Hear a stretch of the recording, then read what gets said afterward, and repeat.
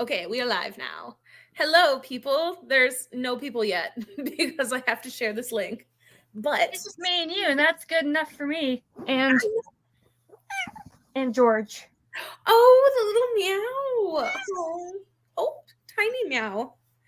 She does not seem enthused right now. She's purring, but she doesn't like being manhandled. So What cat does?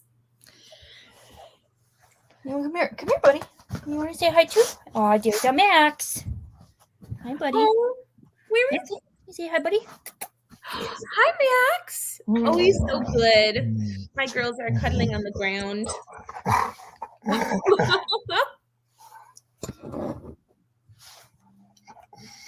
What? Yeah.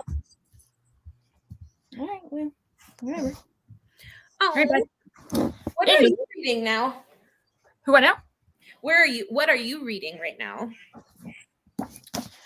Son of the Shadows by Juliet Marillier, the second book in the Seven Waters trilogy/series. I have been waiting for my copies to come in from thrift books for almost a month now, and I'm like starting to think they got lost in the mail at this point. Did they not send you tracking information? It just still says on its way, but I just got a book from them that I ordered about a week ago, and they sent me the wrong book. And I'm kind of grumpy because it's a textbook that I ordered, and I really wanted it for my upcoming exam in 3 weeks. And I'm not going to have it because I have to like ship the thing back and do the whole thing. So I'm starting to be less enthused about thrift books than I used to be. I've never used them, so like I just really like them because they have a lot of books and everything's obviously cheap because it's like a thrift store, and you only have to buy up to $10 worth of stuff to get free shipping. Oh, that's cool. Yeah, and then for every $50 you spend, you get like $5 to buy like a book for free, I guess. Oh, that's cool. Yeah, so I've gotten some books because a lot of them are like between like $4 and $6 or what for like a mass market paperback and stuff. Oh, But, yeah. cool. Mm-hmm. But they're on my shit list right now. I'm gonna try sending these. I'm on my school computer right now because it will stand up on its own, unlike my computer. And so I don't have Discord on this. So I have to do everything on my phone. So I'm sharing it. What are you reading, Anita? It better be Assassin's Quest. That's all I know. Even though, like, Anita and I were supposed to be buddy reading it, and I was just like, I must read it just now. like I started it early, thinking it was going to take me forever, and then I just wound up relatively breezing through it. So I was like, I'm the worst buddy reader. But you can still talk about it with her. So true. I always end up like not. Oh yeah, Assassin's Quest. She is reading Assassin's Quest. I always end up like either reading too slow or too fast, and I'll go back in whatever like Discord or whatever comment section I've been talking to people at and like read everyone's comments that have been like blurred out because they're like secrets. So it's been so long I don't remember what's in chapter 32, but I know the general gist of what happens. Hi Alex. Hi Kai, how are you guys doing? What are you guys reading tonight? Chapter 32. Oh, you have the British editions. I forgot. Where are you?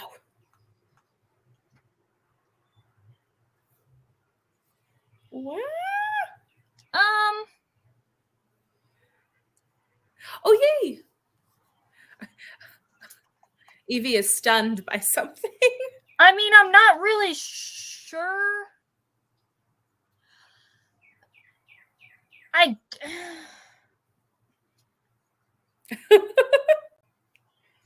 don't know why it's scaring you, but all right. I mean, you do you, I guess. I have heard so many people talk about this book. What book? I'm going to say it wrong. Oh, Kaikei? That's how I pronounce it. Okay. I've heard so many people talk about it. Can anyone give me like the Reader's Digest version? So it's basically, it's like Song of Achilles, Ariadne, those types of books, but it's Indian like myth retelling. I know Angela of Literature Science Alliance is reading it, and she's really liking it. So I'll have to add that to my list because I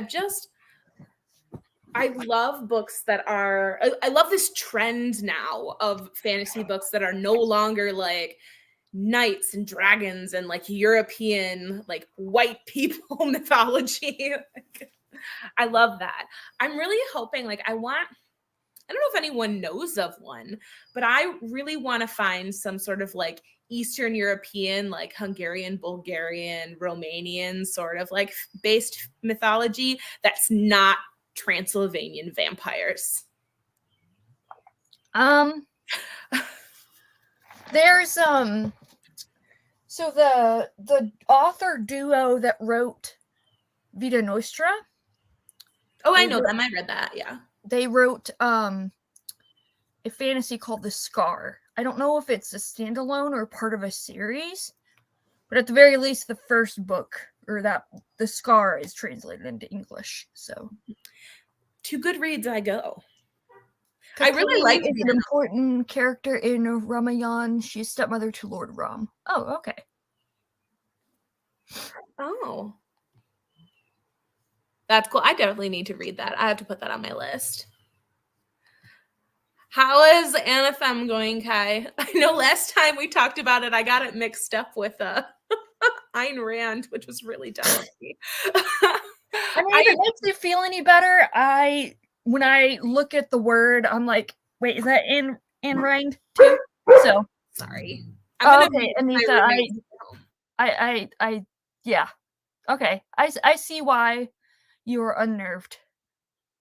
Molly lives around there.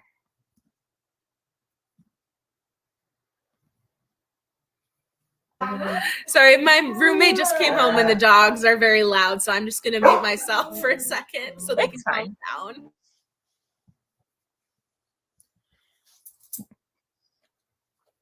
And you guys are going to just have to deal with me burping. Coffee, baby.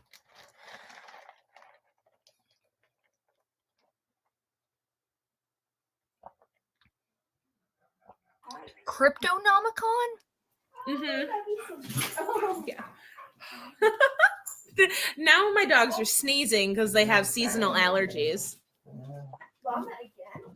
As do we all. I know. They're really funny. They sneeze like me.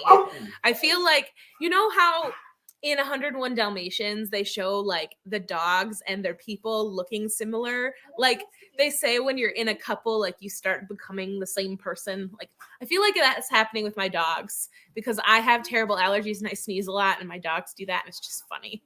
I am reading Elantris right now and Mistborn because I'm behind on my reread because I have done nothing but study for the last 2 weeks. So, yeah, I'm really I'm getting further in Elantris. And after the Stormlight Archive prologue for book 5 came out, I've been deep diving in the Brandon Sanderson. So I need to finish it so I can do more theorizing. But because neither Pete nor Greg are here tonight, I will not be talking about Stormlight Archive for, I think it's a new first time thing on here.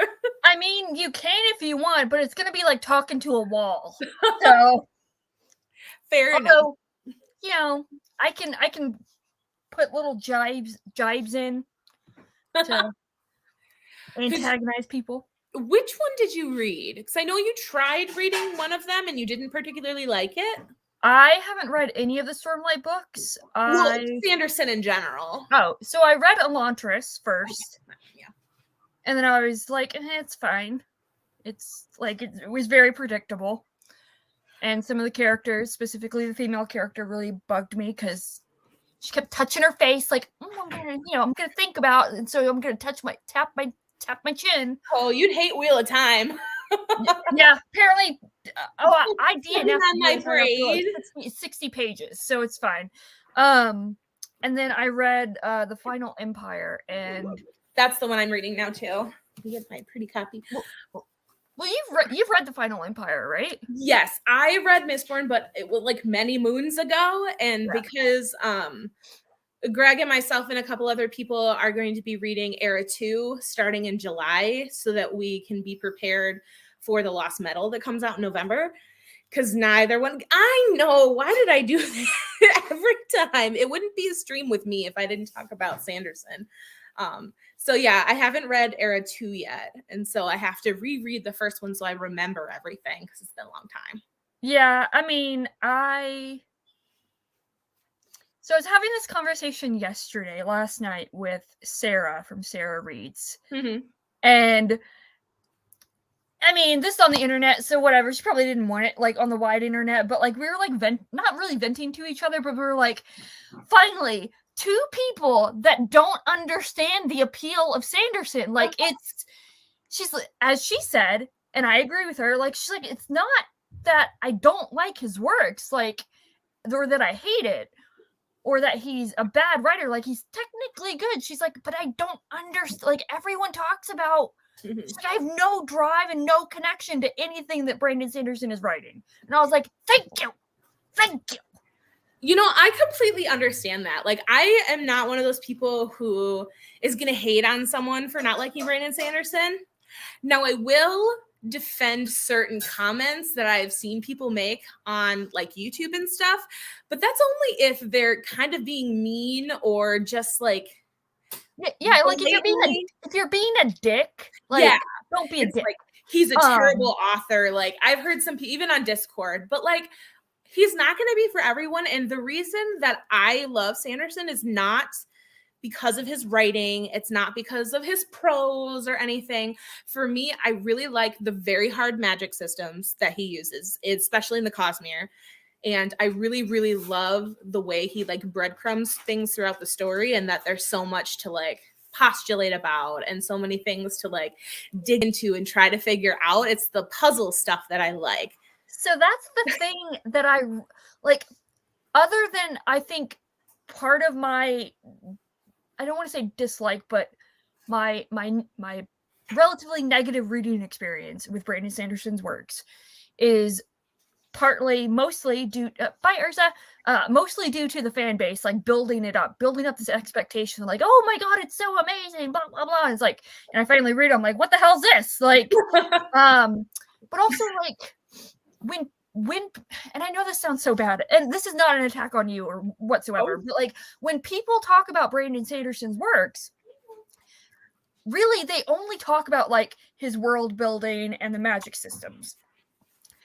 I admit his world building is really, bar none, like, incredible. His magic systems are really intricate. There we go. And really well done, but a wonderful world building does not a good story make. So, well, yeah, I mean, he's my favorite author because I enjoy what he writes, but he's not my favorite author because I love his prose. He's not my favorite author because like his works. Some things in the Stormlight Archive make me cry for very specific reasons, but I don't feel the same way when I read Stormlight Archive as I have felt reading things like The Great Gatsby, or when I read Piranesi or things like that. Like, it's not on the same level because I don't feel like the intention of Stormlight Archive isn't to make you feel like that. Piranesi is very about themes. Right. Fenlin is about themes. Like, I am a theme-driven reader, but there's some things that I just love because they're fun and intricate and I enjoy. And that's Sanderson. I think that there's like a difference between people who laud him as like the best author in the world and the best writer ever, and like people who are realistic and they're like, I mean, I understand critiques of him. And so I honestly think V.E. Schwab, even though I pretty much almost despise Addie LaRue at this point, I think V.E. Schwab is my Brandon Sanderson. Because, like, I understand that the critiques of her stories and stuff like that, but I love them. Hi, Matt. I have not read Addie LaRue yet, but I have it. I've had it for a while. And I really, really think I'm going to like it. At least the idea of the story that I've heard, but I have heard lots of people say they don't like it. So, I mean, honestly, if it had been 200 to 300 pages shorter, which it's a 500, almost 600 page book, I think it would have been fine. I felt like it was very repetitive, and there was a particular scene that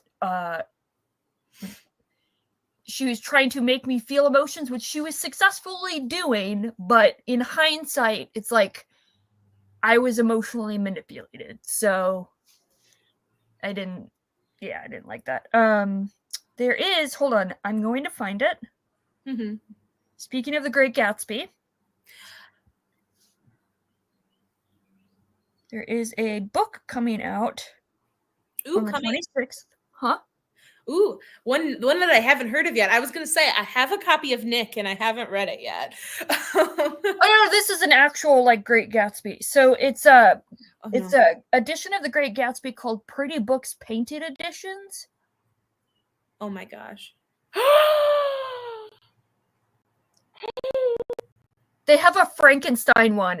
Guess who pre-ordered it so fast? This gal. Oh my god.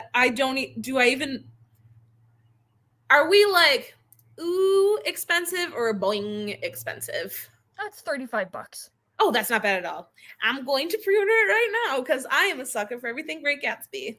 I will send you the direct link if yes, I can figure out how to do that. How do I do that? How do I do it? How do I share it? But to go up through some of the comments, no, I have not read Secret History yet because I haven't read Mistborn Era 2. But I do know certain things about characters who shall not be named on this stream that are, yeah, there are things that I know. I think I agree with you. Is it Vidya? I'm gonna say it wrong. I'm so sorry if I said it incorrectly. But I do agree kind of with that. I am not the largest Lord Grimdark fan. I read the first two and I DNF'd The Last Argument of Kings because I just did not appreciate what he did with the story. Like, I like his writing. I like the Grimdark. That's not the problem. But I just wasn't feeling it. And a lot of people come up to me and they're like, you just don't understand what he was trying to do. And I Read hate it it when people say smarter. that. I know, I absolutely despise it when people say that to me. I don't care if he's subverting tropes, that's fine. If the whole point of the story is that everyone dies and things are bleak, like I've read Charles Dickens, that's like fine. But I didn't like what he did specifically between the second and third books. I felt like he reneged on a whole bunch of character development for no reason. And I just didn't feel like finishing it. One day I will, because I want to read the other books in the First Law world. And I did like a lot of the characters, but I just need like a break from it. And I just haven't felt like going back. And I know everybody and their brother loves Joe Abercrombie, but so that's why I love riling people up about Name of the Wind. Because everyone's like, oh, Patrick Rothfuss, he's so great, his prose is so beautiful, blah blah blah, and I'm like, his prose is mediocre at best. And I truly honestly believe that, and I just like I lean into that so hard just to watch people squirm. And by people, I mean Klaus and Leanna. So yes. I do enjoy Name of the Wind. Wise Man's Fear was less enjoyable for me.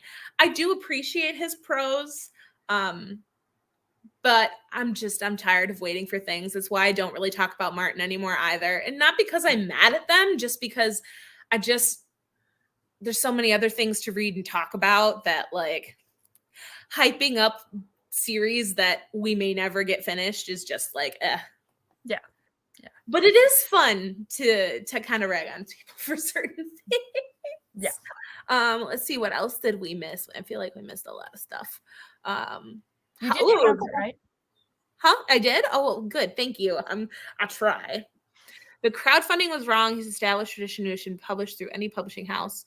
He could have self-published without crowdfunding. I think it took from self-pub. I mean, he already had the resources. It's just a matter of paying for it. Yeah. He's basically just an entire publishing house on his own. He doesn't need Tor. Like, but and I think that's also a thing that really kind of bugs me, is that he is an entire publishing house on his own. He could do this all on his own. He could he has literally employees that do everything that a publishing house does. He's also already self-pubbed. He's self-pubbed Dawnshard and Elantris. Oh, not Elantris, Dawnshard and Edge Dancer, which are the like novellas for Stormlight. Yeah, so I guess my thing with that is like, he has this entire industry, like basically this company, literally this company behind him, and it's just him. He could be publishing other works. And I know he does like the Brandon Sanderson with like other people, but like he could actually be supporting people on their own without his name being attributed to it. You know? So I watched like the streams that he did when he announced all the stuff. Like 3 hours worth of streams, because I want to know all the stuff, because people had lots of questions. And to his credit, he does say that, and it's on his website and all sorts of stuff, like they are active on Kickstarter, and whenever there are other authors trying to publish books through Kickstarter, they support them no matter what. And he did say that the goal is to turn Dragonsteel into a publishing company. And I think eventually they will like publish works by other people. I just think it's sort of like a fledgling thing right now. And the self-pub taking away from other self-pub, I don't really know if it takes away from that. I think it might actually shine more of a light on the fact that authors, like self-pub authors, might work through Kickstarter, because I never knew that people did that. I thought it was just for games and like tech stuff and whatever. Yeah. But he did. So I mean, obviously I followed it because I, paid into the Kickstarter, but all of the money, because he's made so much money from this Kickstarter, and more money than he ever needed. And so what he's doing with some of that like extra stuff is, no, I know, he's literally funding all of the publishing Kickstarter's asterisk with them. Sure, and caveats, but making all of the stuff that people are getting through the Kickstarter, like the books are like very well made. They're getting all this like color stuff inside of them, and like it's not like we're gonna get crap. And so I do appreciate that. But I do agree with what you said, Evie, and I do see how people could say that like he shouldn't have done it this way.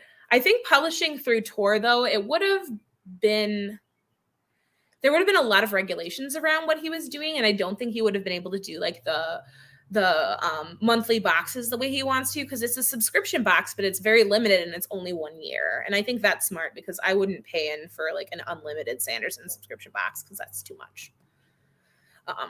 What did I get? Exciting.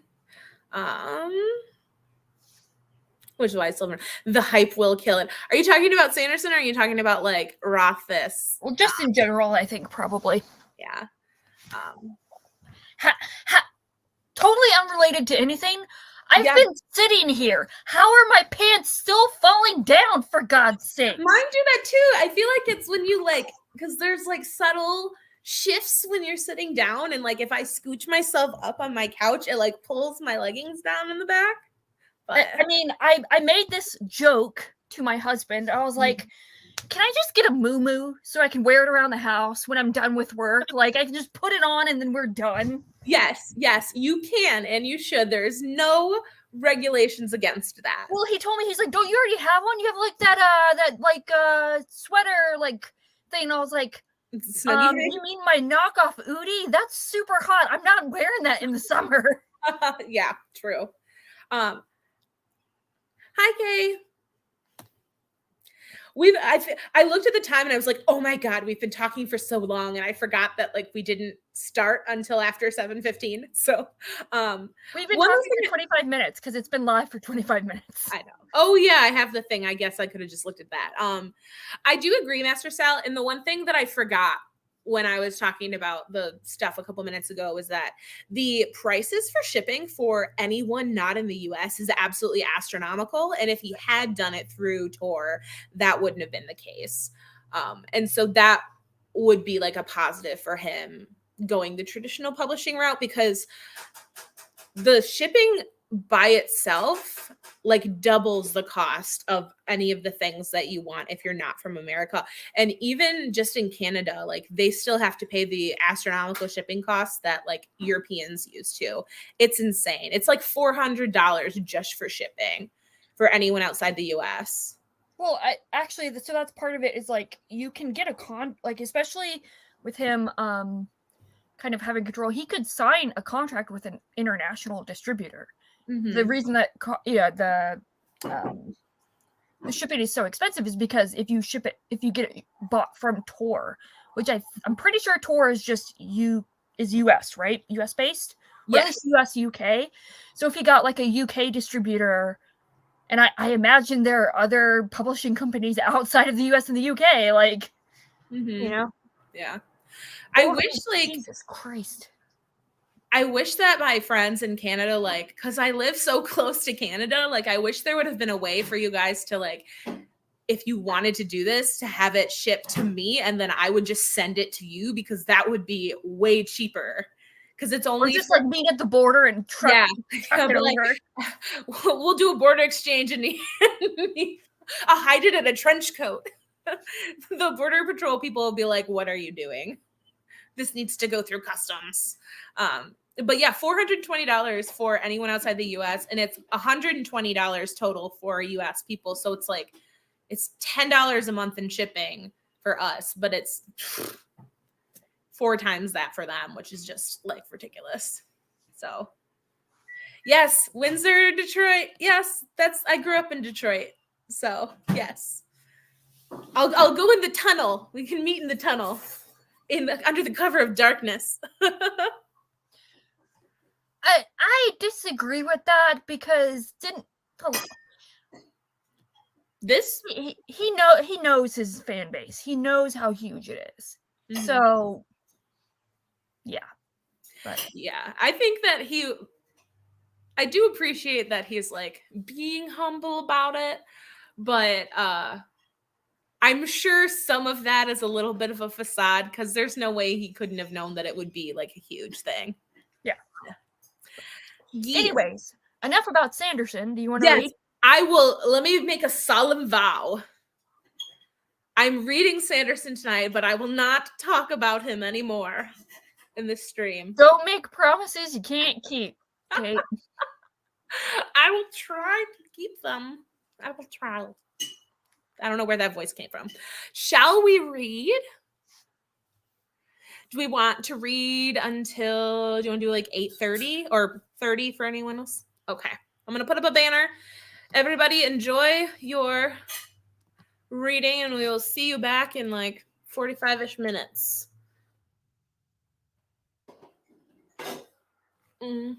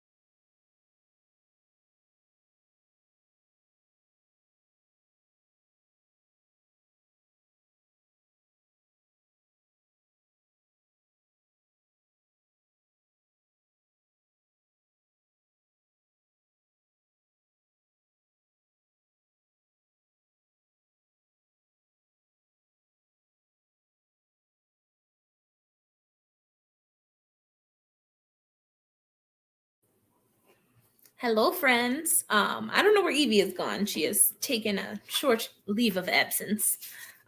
But how was everybody's sprint break? Did everyone get reading done sufficiently for their books? I can't talk tonight. I can't think tonight. My brain is just fried. Oh, is that a little George noise? That was a little George noise. Oh, I smell a James. He's so cute. Hi, George. There's a cat cafe in my town that has kittens galore, like all the time. And it's like $8 and you can go and you can literally sit there like all day and play with the kittens if you want to. And I have a lot of really poor, like bad cat allergies. And so I wear like an N95 mask when I go in there, but it's still so much fun. And I want a cat so bad now, but I don't know what to do with a cat because I've never had one. Oh, look at that, Max. Hello, Max. He's so cute. He's such a good boy. I love the banner up, by the way. Ivanhoe. Fancy classic readers. I've never read Ivanhoe. What's it about? Neither have I. Apparently, it made Robin Hood famous again back in the day. So, who knew? I also read for like 5 minutes, but I read a lot of pages for 5 minutes. And by a lot, I mean 5 pages in 5 minutes, which is fast for me. I played my guitar mostly. I've been at school studying every day for so long that by the time I get home, I don't have like time to play my guitar because it's too late and I don't want my neighbors to hate me more than they already do. So I got to take opportunities when they come. Oof. And thankfully my roommate's really great about it. She like doesn't care that I play guitar and she's like, it's fine. So. I read 22 pages. So. Ooh. And had to use the bathroom, so I'll just put it that way. I have heard so many good things about Daughter of the Forest.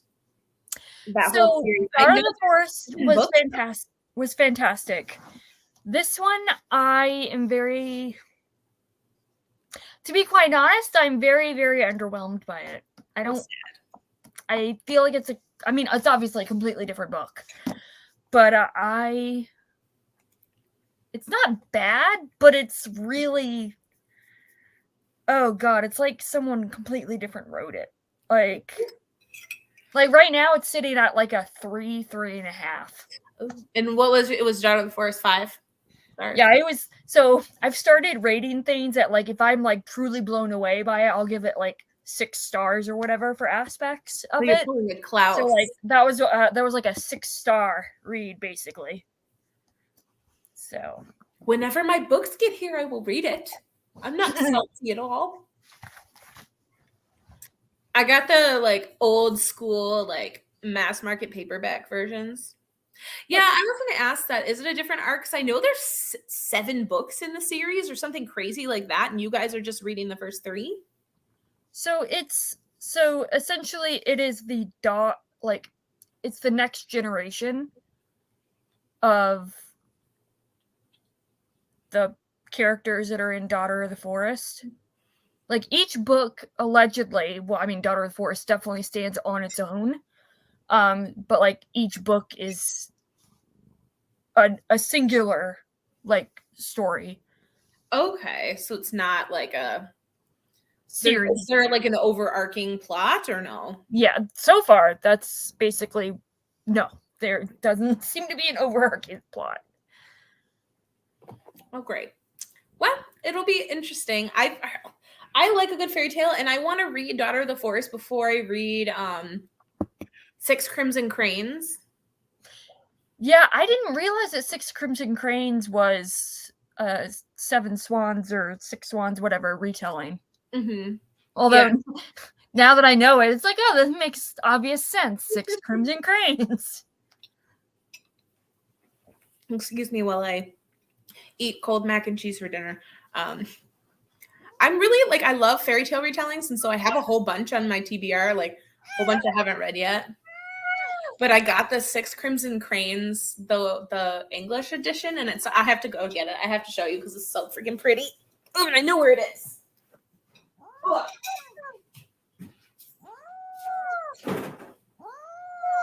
She's displeased. Oh no.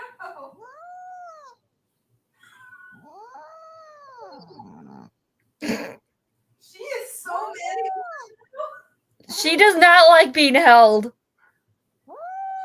She's 12 years old. She will learn to be held and like it.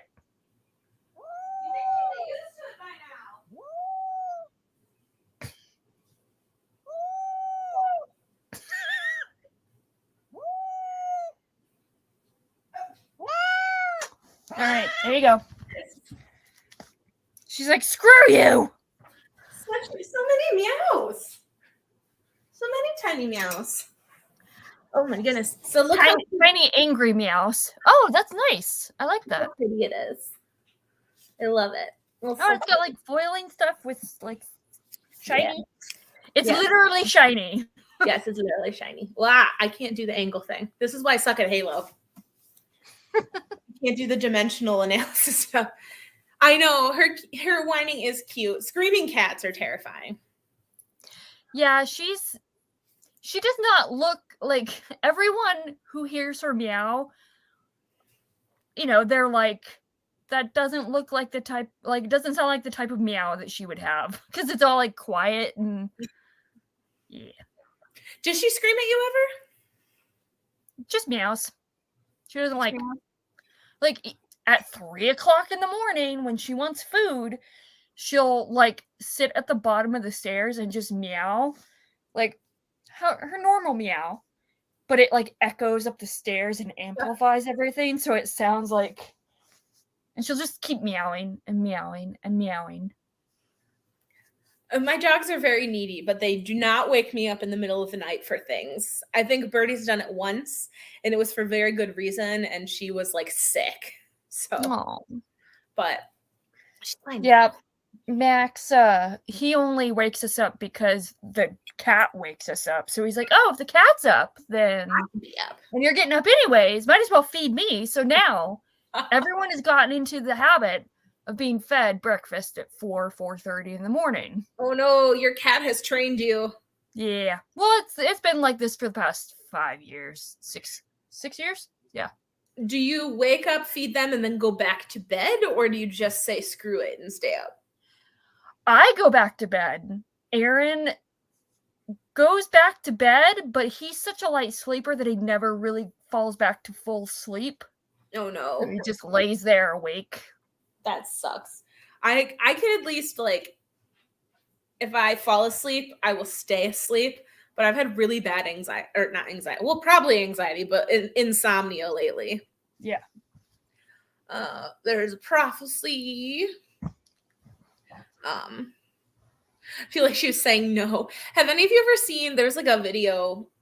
I think it was a TikTok or I don't even know how old it is, but it's like a cat, and she's like says yes. It's like dubbed over, and it's really ridiculous. It's like yes.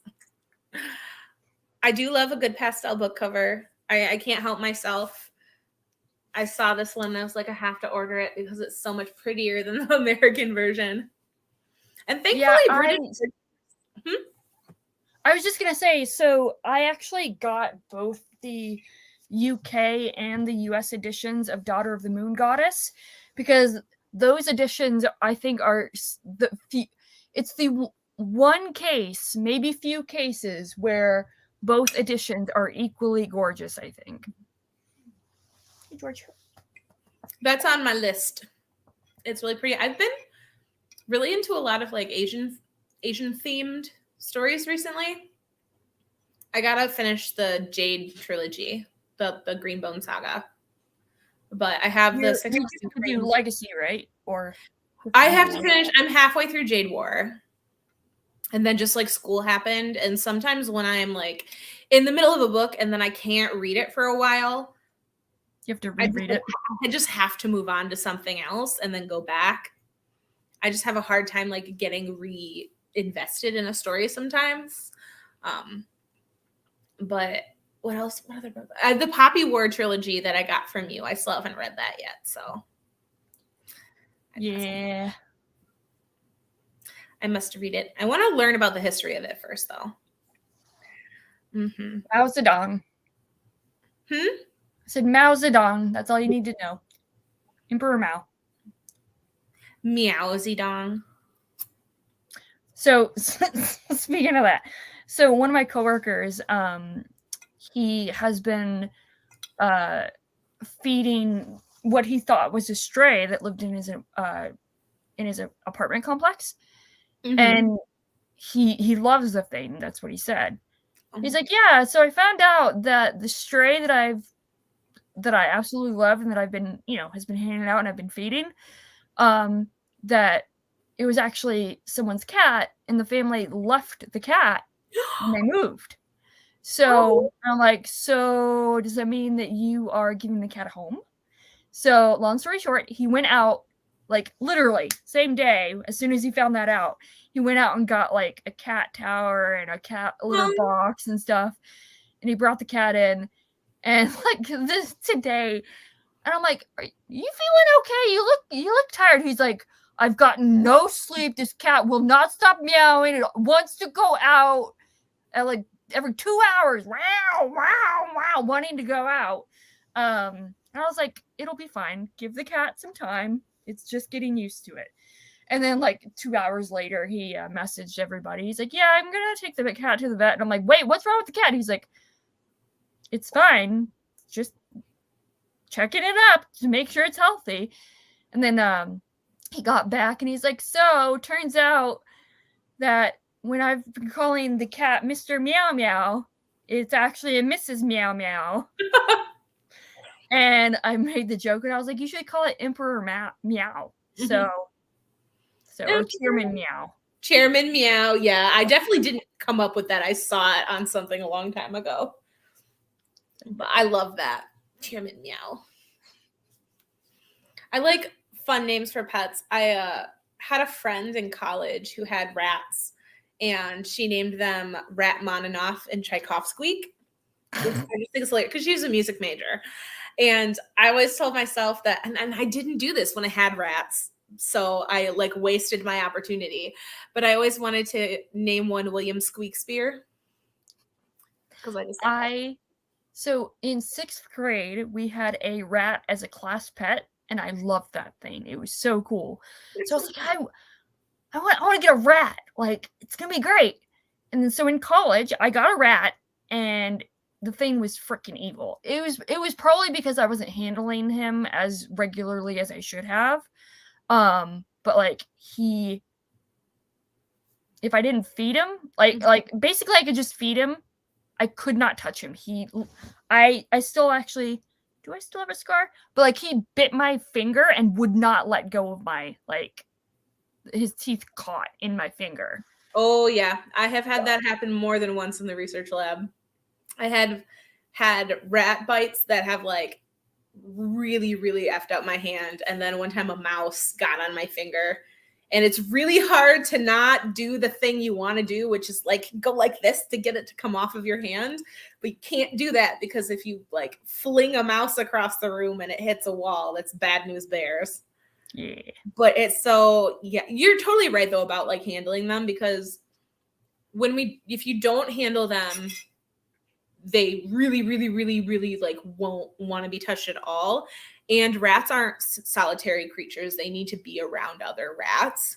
Yeah. And so usually you have like, I mean, they're not going to tell you this at the pet store, but like if you talk to a vet or any exotic vet or whatever, like they'll say that you need to have like a pair. Yeah. Because they just need to be socialized. So like in the research lab, you always have to have at least 2 rats in a room, and they have to be like in an area where they can see each other. Yeah, so that's actually how my trainer wound up getting another rabbit. So she has 2 rabbits. So now I still have a scar from the old rabbit that she had when I was like trying to like hold him, and he just like freaked out and just like kicked with his back legs and just like raked down my chest. I was moving him from like I had let him into one of the empty stalls to run around last summer, and I was going to pick him up to bring him back in, and he just decided he wanted to freak out. I'm like, no, don't want you to fall. And so I was like, I'll just deal with the pain right now. But anyway, so like that rabbit. Did I say rat? I meant rabbit. I'm sorry.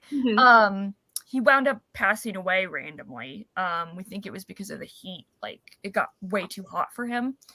And so she got another rabbit, and then she got a rabbit friend for that rabbit. Oh dear. And so now they're like in two like separate things, and they're outdoors. So like they're in like two like rabbit pens. Hutches or whatever. Yeah, hutches. There you go. That's the word. Across from each other. But like, so every time I work there on the weekends, or every time I go there, I just make sure every time I feed them, I open up the thing, I feed them. Hello. I feed them and I pet them a little bit and just, spend time with them. So I love bunnies. I used to have bunnies. I used to be afraid of chickens. I now am no longer afraid of chickens. And I can even pick them up. So see, I'm not afraid of chickens. Okay. I'm having major flashbacks to Jimmy Neutron right now because there's a whole thing in the Jimmy Neutron movie where he like sings this little song about not being afraid of chickens. Brianna and I used to sing that when we were younger. But anyway, I'm like very hesitant to pick them up because I don't want to get pecked. The first time that I got pecked, I was like, oh, well, I guess there goes whatever fear tolerance I've built up, but I was actually fine. But she was just trying to protect her egg that I was trying to get from under her butt. That's a good reason to peck some. Yeah. So, but yeah, so going back to rats, so morbid thing here. This past Sunday, I call my trainer and I'm like, trainer / the lady who owns the barn. I'm like, yeah, I don't know how this got out here in the middle of the paddock where the horses normally are. I was like, but there's a like rat trap, like, and it's been triggered and there's a rat in the rat trap dead. And she's like, wait, what? She's like, has it been triggered? And she's like, and it's closed? And I'm like, yeah, it's closed. It like dead rat, just middle of the paddock. I'm like, I don't know if like one of the cats like dragged it out or something, because she has 4 barn cats now. She started off with 2, and then she got a kitten, and then the stray cat finally caught the stray cat, and the stray has decided that the kitten is his best friend. And he realized that, I can get regular food and stay warm if I stay here. Yeah. So, and he's turned into the barn supervisor, so he will literally follow me around all day. I love personalities that barn cats have. He's so sweet. And I've never heard him meow. He purrs like crazy, but I've never heard him meow. Interesting. So, did I tell you about the raccoons that were in my grandpa's attic? No. So when I was living in my grandpa's house over the summer, like the last winter and over the summer, I was like, I swear I hear things in the walls. And this is a ranch house. Like there's no second story. There's just like a little attic and nothing else. And it sounded like people were walking on like the second floor. And I've lived in apartments my whole life. I know what that sounds like. And it got really, really, really loud. And then all of a sudden, like one night I heard like animals fighting up there, like screams, like animal screams, like something died up there or was very injured. And my mom didn't believe me. And then finally she heard it one day. And so they called like a person to come get the raccoons out or whatever it was up there. They didn't know what it was. I thought it was raccoons. But thankfully the guy who took out the raccoons eventually, like they bring them to like an animal, like a wildlife shelter. They don't like kill them, but they had destroyed like most of the attic and like the support beams in the attic.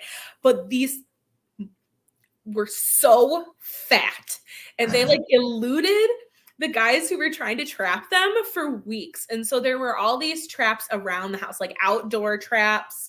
And they were like the double-sided ones that like close around them. Yeah. But it's not like a rat trap. It doesn't hurt them. Yeah. And then there was one that like hooked onto the bottom of the like, what's the word I'm looking for? The chimney, so that if they went in through the chimney, like they would get trapped. One morning I went out really, really early, and outside the garage was a cat trapped in one of the traps. And she was like crying, and it was super cold, and I have no idea how long she was out there. And so I like took her in the garage, and this trap was like old and rusty, and I just like pried it open like all my strength so this cat could get out. But I was just really, really upset. And so I called my mom and I was like, you can't leave these traps outside. This cat could have died in the cold. But eventually they caught all the raccoons, and some of them were like 15-pound raccoons because they'd just been sitting up there eating for months. And that's a very fat trash panda. Yes, extraordinarily fat trash panda. And the guy who did all this stuff, I don't know what to call him. He's not an exterminator because they don't kill him, but pest control. Yeah, pest control. There were 12 raccoons living in the house, and he said that was the most he's ever taken out of a residential place. And I was like, wow, I felt vindicated about these raccoons. So the same coworker who got the cat, he had just moved into this apartment, and he's like, there are animals like in these walls. Oh, he's like, what the hell? And apparently the apartment complex never did anything. And like, long story short, he was pretty sure it was squirrels. Oh, geez. Or a raccoon, because like he heard them fighting like one day, and it was like a full-on like fight. And then he saw owls outside. Owls. And then all of a sudden everything stopped. He's like, I'm hoping that the owls just killed the rats or killed whatever was in there. Oh, it is Birdie. Okay, I was gonna say, I don't want to get it wrong. It's Birdie. She has a purple collar, but no one can tell them apart. So where's Mila? She's down there. She is. My apartment is a wreck. There she is. Oh, yes. That's a good girl. She is. She has a harder time getting up on the couch than Birdie does because of her hips. You should get a ramp for her then. I have a ramp. It's at my grandpa's house, and I have to get it next time I go home for them. But they don't understand it. They like do stairs. They like walk up ramps somewhere outside. But a ramp in the bedroom is just like, what is this? Magic thing. This is evil. I must avoid it at all costs. Uber Eats one night. Maximilian. Oh. Baby raccoons on the stairs? Oh. I think she forgave me. Slightly. Oh, geez. Hello, dog. Hello. Hello. Hey, Lana! Lana! My pupper says hello too. All the way from Australia. Yes, you say hello to Australia? Yeah. She's grumpy at me because I was gone most of the day. Oh, Max. What are you reading, Lana? And Amanda, what are you reading as well? Oh, that's so cute. My best friend's parents have golden retrievers, and they just had to say goodbye to Howie a couple months ago. Oh, that was Mila's boyfriend, right? Or Birdie's boyfriend? Birdie's boyfriend, yes. It was Birdie's boyfriend. And he was like 100-pound golden retriever. Like, this was a fat dog, like huge. But whenever you were over there and you were like laying in the reclining chair, he would climb on your lap and lay on you in the recliner. 100 pounds of golden retriever. The name of all things. Oh, hey, I've heard of that. That's the second book in the Ruin of Kings. Ruin of Kings? The first one. Kings the first one? Yeah. I don't know the name of the series. Again, I know another book that a series that Angela's absolutely loving. 2 people reading Ivanhoe in the same stream. It's because Leanna. It's a buddy read. Oh, that makes sense. Over at Leanna's Discord. So that makes sense. I've heard interesting things about the Ruin of Kings. I've heard some people talk about how they don't like the way that it's set up, like the story, like structure itself. It's one of those puzzle books that appear, or it's puzzle like. So you might like it. Maybe I will. Book of Cold Cases. I've seen that. I'm interested about it. I want to get it on Kindle though, so I might wait and see if it goes on sale at all.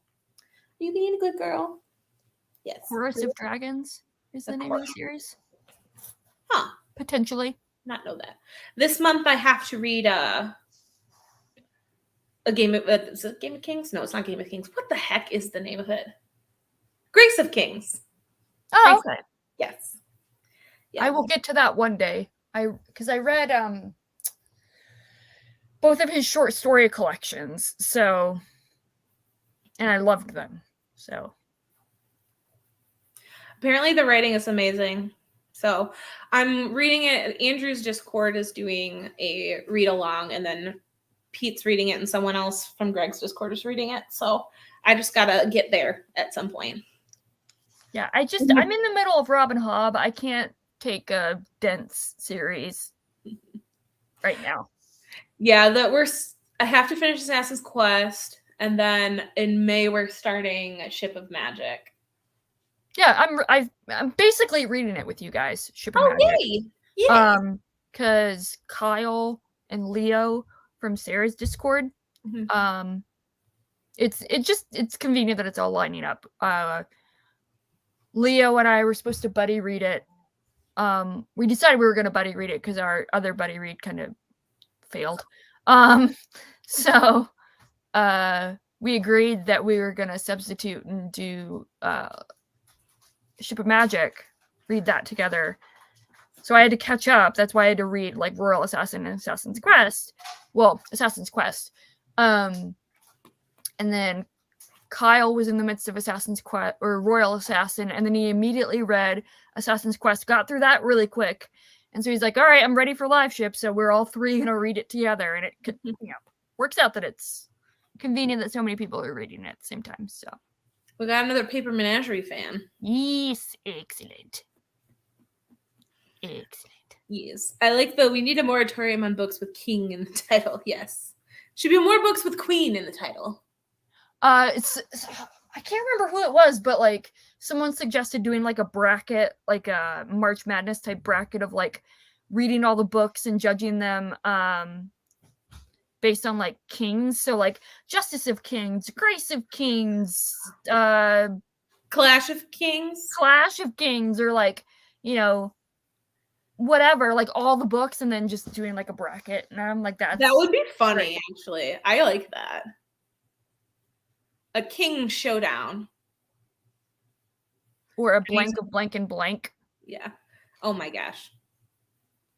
A court of kings and more kings. After Ivanhoe, you will finish it. I'm not like a huge short story person, which is the only reason why I haven't like picked those up yet. I just have a hard time getting invested in short stories because I don't feel like I'm with the characters enough. I used to be like scared of short stories as well because of that fact.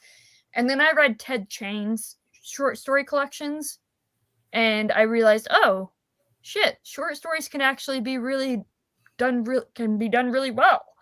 And then I read, it wasn't immediately after, but like Ted Chiang, Carmen Maria Machado, and Ken Liu are basically like my trifecta of short story writers at this point. I'm trying to find, I just added a short story to my... Yeah, I'm the same way, Matt. I don't read a whole short story collection in one go. I take my time. Because it for me, it's like, I want to give each story the time that it deserves, like in regards to like reflection and stuff. So if I like read a bunch of stories in a row, they all become like mixed up in my head. So usually I try and do like a story and then I'll read a book and then the next story, and then I'll read a book. So my favorite short story is 11 pages long, and it's in a hard sci-fi short story collection. And it's like so sad, and I love it, and it just like hits me every time I read it. I gotta remember that I would get up and go grab it, but I'm dog paralyzed. Let me find it. It's in carbon tipped pens or carbide tipped pens. I just gotta find the first story. My goodness. Excuse me. There it is. The Blue Afternoon That Lasted Forever by Daniel Wilson. It's not even 11 pages, actually. It's 6 pages. I don't know why I thought it was 11. Oh, wow. But yeah, and I can't say anything about it because like it's 6 pages long. 6 pages. Yeah. The one I'm looking at to get sometime soon, I heard about it from a bookstore in like a local bookstore in Michigan that was talking about Hello. It's called Things to Do When You're Goth in the Country. Yeah, it sounds really good. And I haven't heard anyone like talk about it, but it's a vivid image of people living on the fringes in America, people who don't do what you might expect them to. Not stories of triumph over adversity, but something completely other. So you finished the Starlit Woods, right? I did not. Okay. Did you like it? Did you finish the whole thing? I haven't read it, but I read The Mythic Dream, and I really, really, really, really liked it. So that was my first experience with a story anthology. Mm-hmm. Like before that, I just read like collections, like by one author. So I knew it was going to be a mixed bag, but I think they did a really good job with like curating like the authors and like having a thesis or whatever. Yeah. With the like myth retellings and stuff. So I've only read a couple of stories from in there. Oh my goodness, hello. I read the one by Sharon McGuire, which I really liked. I can't remember the other ones because it's been a while. I've had that book for a long time. I found it at like an unconventional bookstore, I guess is the best way to put it. And I'd never seen it anywhere else. And I was like, ooh, new fairy tales. Yeah. But I like there's Stephen Graham Jones book or Stephen Graham Jones story in there, so I need to read it. I keep doing the thing where you pick a book off the shelf and you intend to get it and then you put it back because you're distracted by something else. That's me and the Only Good Indians every single time I go to the bookstore. No. So oddly enough, that was me with The Bear and the Nightingale. Me too. And then finally when the local book club that I very, very rarely go to decided to read it, that's when I read it with Angela and her book club. How many times have you read it now? Just twice or? Yeah, just twice. So, but it's gonna be an annual reread. Like, even after finishing Farseer, like, I love Farseer, the Farseer trilogy, and I love Robin Hobb, but I still think Winter Night is my favorite trilogy of all time. I love it so much.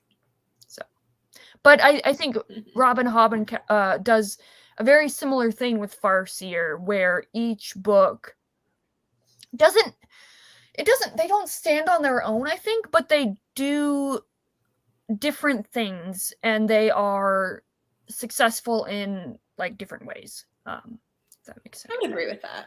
So I'm actually, I like how Farseer wrapped up.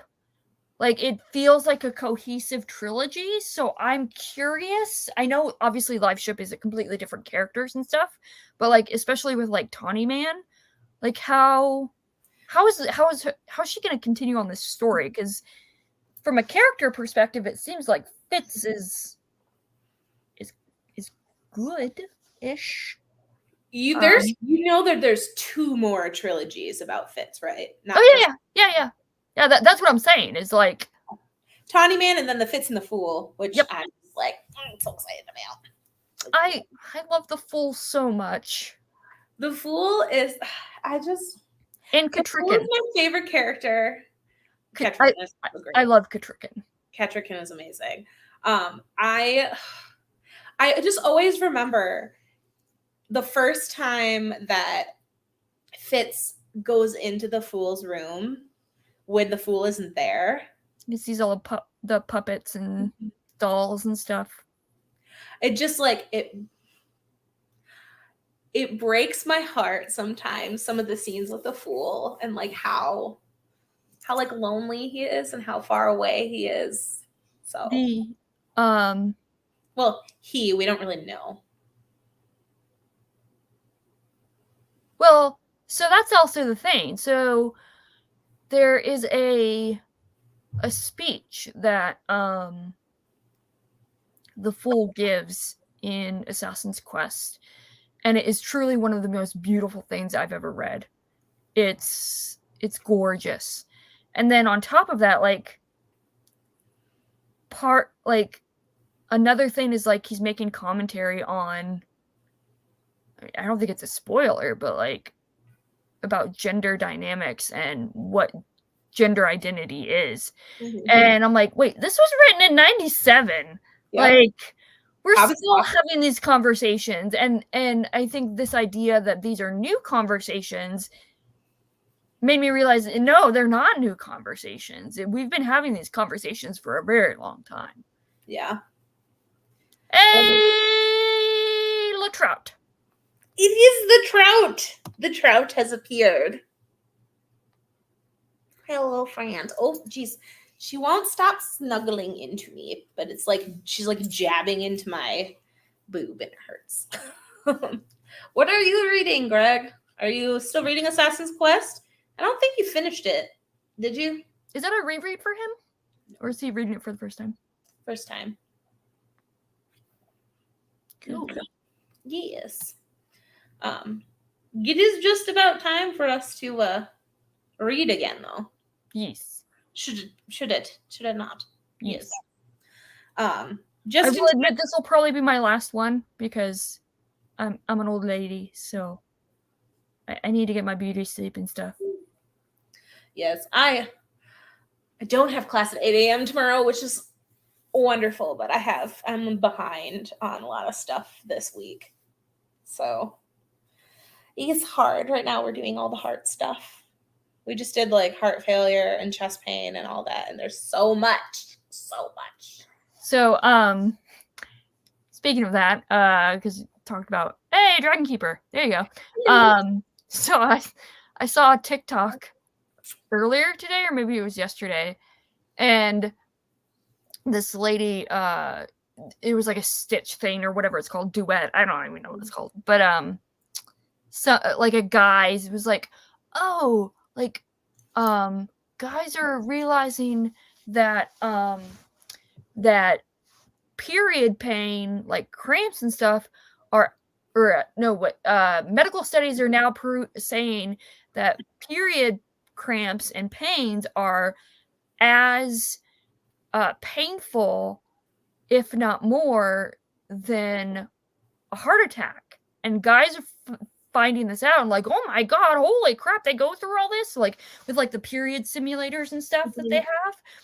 Yeah. And this girl duetted it or whatever and did a response, and she's like, the funny thing is like you see the men's reactions like, oh my god, this is the pain that women go through every month, blah blah blah, and the women's reaction is like, oh, okay, I could probably handle a heart attack.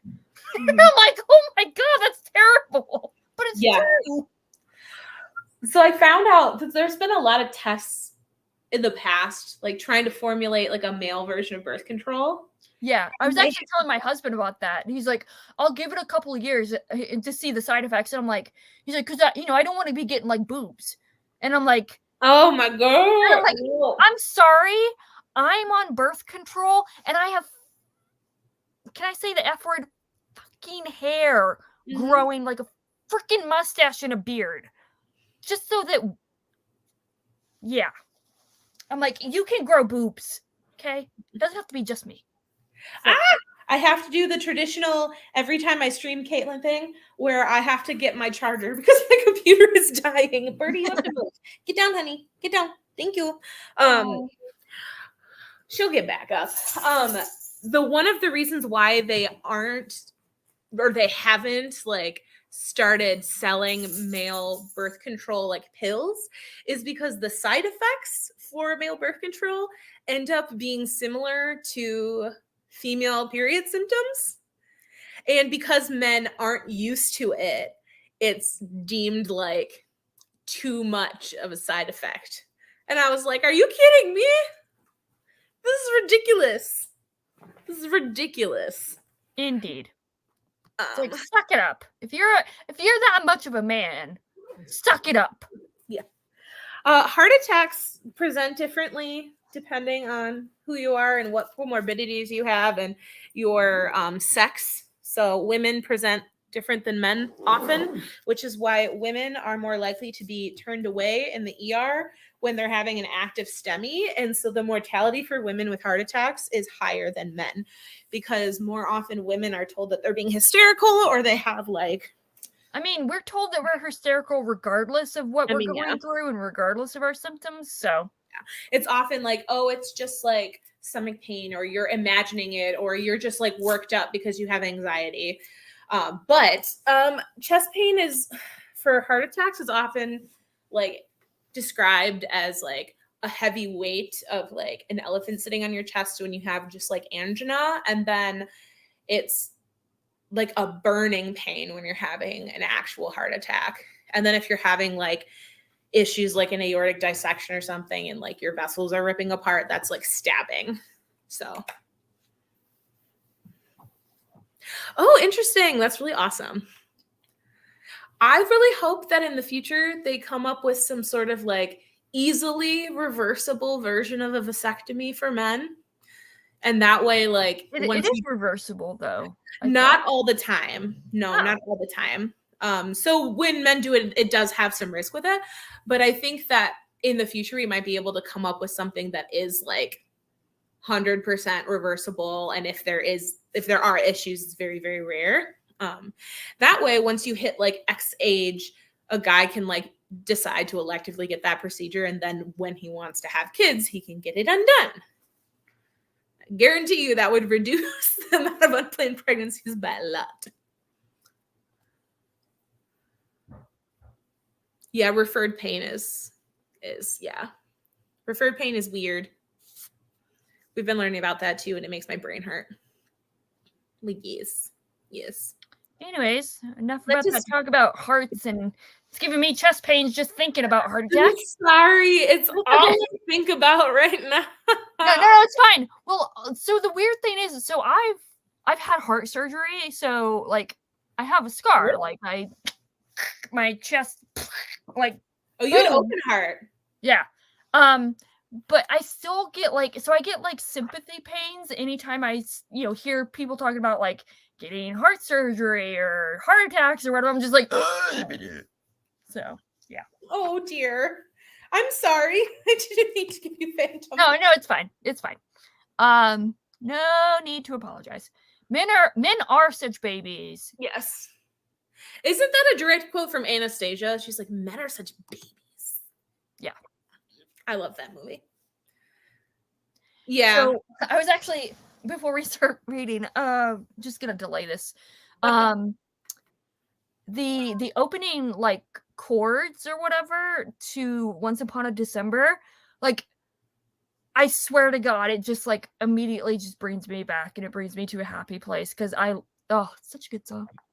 I know, I love it. I love the music box-ness of it. It's so nostalgic. And Brianna, I know it's historically totally not accurate. But I mean, but so is Pocahontas and Hercules. Yeah, it's not even mythologically accurate. I mean, it doesn't matter. But here's the thing: Bartok. Like Bartok, you'll do it. You move your hips like this, and you'll move it around a little bit. And I give her a ha and a hi and I kick her, sir. Sure, blame the bat. We're easy targets. My favorite one is stress is a killer. One time my cousin keeled over mid-mango. I know all these quotes because Brianna and I have been quoting Bartok since we were like 10 years old. So I love that. We have a thing for bats. Also, Batty from Fern Gully. I was just gonna say that. She used to call me Batty when we were kids. I love Batty. Hot take, I think Batty is the superior Robin Williams animated character. So, Better than the genie? yep. I think I'm due for a rewatch of Fern Gully. And I just love that Hexus is Tim Curry, so Yeah. can't get better than that. Anyways, let's read. Yes, let's read. I have to actually read. I'm at the part I'm not I made a promise. No, it's okay. You can say it. This is a hot take. It is kind of a hot take, but let's all watch Fern Gully. I'm down for Fern Gully movie night. I love Fern Gully. I really, really enjoy the genie, but Batty is more ridiculous. And I think the character might be a little more complex. It was complex as an animated bat with some like he's dealing with legit trauma. Yes. So it is a great movie. Have you ever seen Epic? It's like a more recent, like in the last 10 years. Aziz Ansari was in it, and it's kind of in the vein of Fern Gully, and it's hilarious. And I think not many people know about it. But yes, when should we read until 9:45? I was gonna say, you want to do top of the hour? We can do top of the hour. Top of the hour. I still can't. I don't know why I keep trying. It's never gonna work. I'm never gonna have a good Irish accent. I'm just gonna embarrass myself and offend Irish people. Sorry, Irish friends. So I don't know if I know anyone who lives in Ireland. I know Scottish people and British people. Yeah. Fern Gully was profound. Yes, I want to know your hot takes on this. But enjoy reading, everyone. We'll see you at the top of the hour.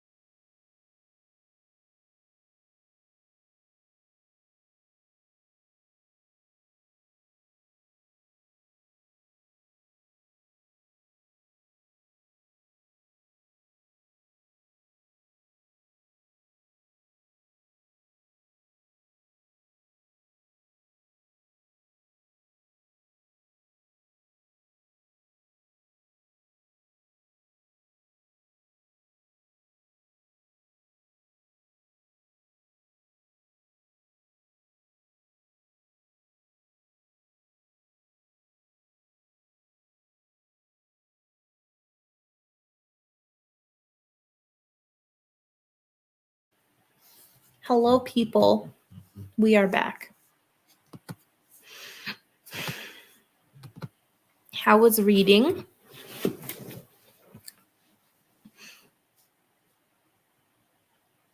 Evie is very focused right now. I got, how many pages did I read? Sorry. I was trying to type a message in Discord. I got 20 pages read. I did too, about. So, Nice. yeah.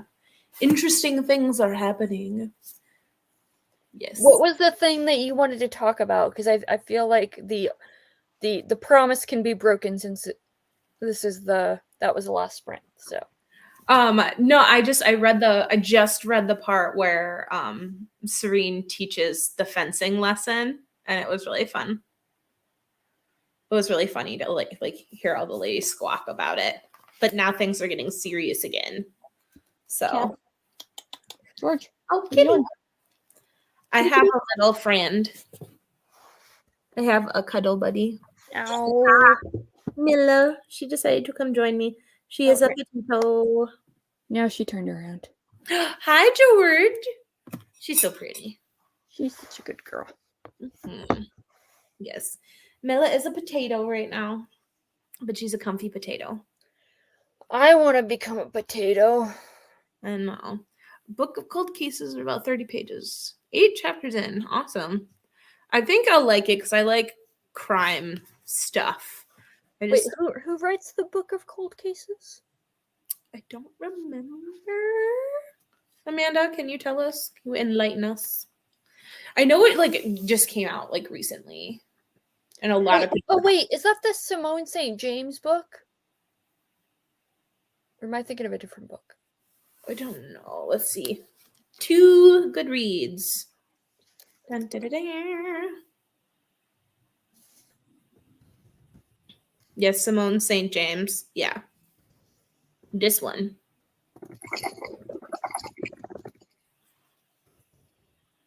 Yes. The Lady Killer Murders. Cute potatoes and loaves. Yes. Milla is a potato and George is a loaf. A kitty loaf. She is not quite loafing, but she is perching in her perch. Oh, perching. Georgie, what are you doing? Greg, you're staring at, but George can perch, Greg, and you can't perch.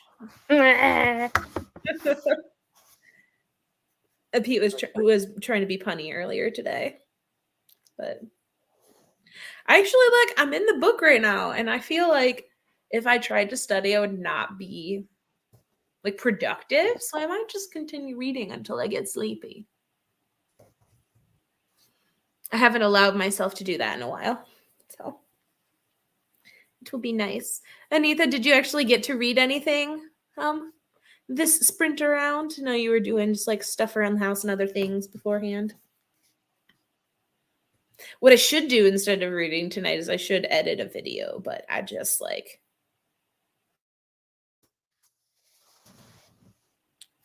I think that I don't have the energy for that quite yet. Is it anybody read on Leslie's Discord? I'm not quite sure. Yeah, I think she's doing what is it, the Wine and Crime Book Club or something. Oh.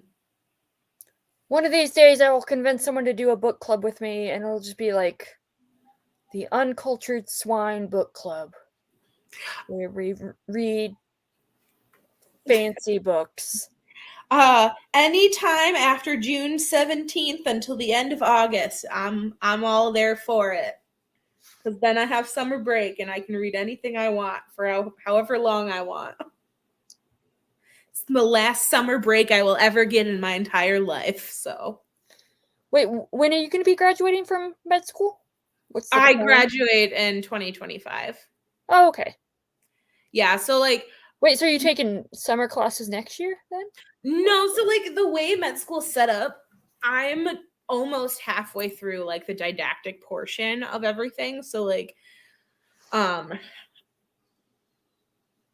I have class, the first half of didactic ends in June, and then I have a summer break, and then we do the rest of our didactic, like organ systems, like neuro and like cancer stuff and all that, starting like beginning of September until I think March. And then we're done like with the class setting, studying, taking exams type thing. And then we have to take our first board exams in the spring. So May or June of next year. Like my big sister is taking hers soon. And so after you finish with your boards, you have about a month maybe off, depending when you take it. And then you start all of your clinical stuff. So I'll be doing clinical stuff throughout the summer next year. So we have like, there's 7 rotations that we have to do that are mandated. And then we have so many electives that we have to do. And so we're just doing that all around the clock until we graduate. And then we have like, I think you have like 1 month off and then you start residency. And so that's like your first real job. So, oh, wow. Yeah. So no more spring breaks ever for me, but it will also be like next March will be like the last time I have to take like a class exam, which will be nice. So, yep. So I'm planning on doing a whole lot of nothing over the summer just to like relax. The Wine and Crime Book Club where I just watch Hannibal. Animal Farm? I've never read any George Orwell. Can we read 1984 in the fancy book club? I mean, I was already spoiled for the ending, so sure. Actually, reading Animal Farm would be hilarious since you want to call it an uncultured swine. And anybody who's read Animal Farm will get why that's hilarious. It's like 100 pages at most, but I really like it. George Orwell is like 1984 and The Great Gatsby are my favorite books of all time. So it's up there. It's real good. You look very confused.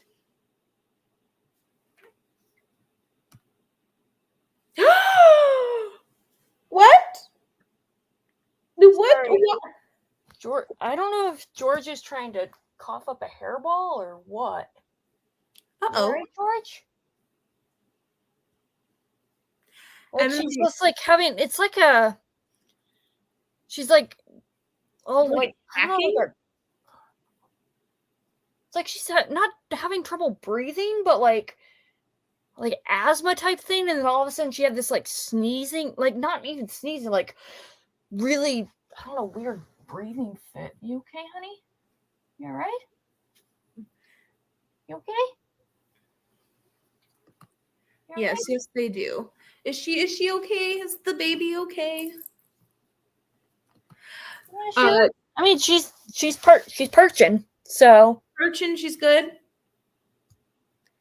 You all right, George? You're just staring at the wall like a weirdo. All right. Well, then. When the politics got to you, do you mean like you didn't like it and it was boring, or it was too close to possible reality? Because that is what gets me sometimes, but I still love it for all the like political connotations and like I'm a huge dystopian fan though. I'm planning on reading this summer the Mad Adam trilogy, which is Margaret Atwood, so the woman who wrote The Handmaid's Tale. This is her like dystopian trilogy, like dystopian sci-fi trilogy. And so, is she okay?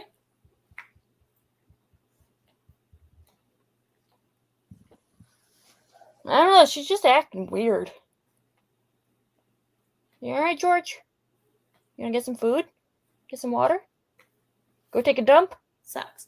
All right, well, I'll probably drop just so I can see what's up with her. So.